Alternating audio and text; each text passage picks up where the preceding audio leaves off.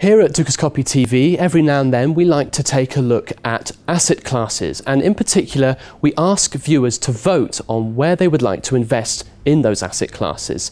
Looking at this in more detail today, we have CIO of Piguet Galland, Daniel Varela. Daniel, welcome to the studio. Hello, Thomas. We've got a chart here, and this, as I said, takes a look at where voters have clicked and have said, right, I'd like to invest in gold, or I'd like to invest in oil or bonds. We've got Europe and Asia here, two comparisons. When you look at this chart, what's the first thing that perhaps strikes you? What's the sort of most noticeable thing for you about this chart? In fact, this survey is very interesting. I'm surprised to see gold so high in investors' preferences. We can even speak of investors being in love with gold right now. I can understand that because, in fact, people tend to overweight the asset class that has done the best in the last year, and we know that gold has performed really well since the crisis erupted in 2008. And we can understand also that from people seeing that central banks continue to print a lot of money, and we know that gold does preserve the investors from inflation. So people tend to invest in gold to protect their investments. Daniel, if I just click on the Asia segment there, you can see the graph adjust. Gold goes up there to 49%, but noticeably equity here comes from 12% in Europe down to 5% there in Asia. What's the reason for that? What's the main issue in Asia for equity at the moment?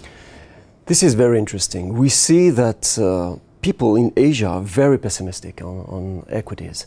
Why that? It's because performance in China, Chinese stocks have been really deceiving this year. They've done really bad until a few weeks ago when it started going up again. So investors have short memories, and they think that the bad performance of equities that they had this year will continue next year. So they tend to be underweight the asset that has done the worst during the last 12 months. I see. Okay. And interestingly, there's been a lot of optimism about European equities going into 2013, and that's sort of, we can see that a little bit here on the graph. But are you quite optimistic about European equities next year? We tend to think that European equities will underperform next year. And in fact, we know that Asian economics are recovering, and probably emerging markets that haven't done really well this year, probably there are strong probabilities that they will recover and do best next year. Okay, just clicking back to Europe again, looking at cash, we see it there rise up to 14%. That's in Europe. What can you tell us about the voters' choice of cash investment? For me, this is the same answer than gold. The idea behind that is that people are not comfortable with European economics and the global economy, so that they are afraid taking risk with equities. They know that bonds doesn't pay a lot of interest rate, so they do prefer staying in cash, and we see that they have a huge allocation to cash that pays nothing, and a huge allocation also to gold. Mm-hmm. And finally, Daniel, obviously we've got the question up here, what asset class would you invest in for 1 year plus? If we were to look at I don't know, gold, cash, oil, it doesn't necessarily mean that the highest one is the one you might want to invest in. Out of those asset classes, what would you personally pick?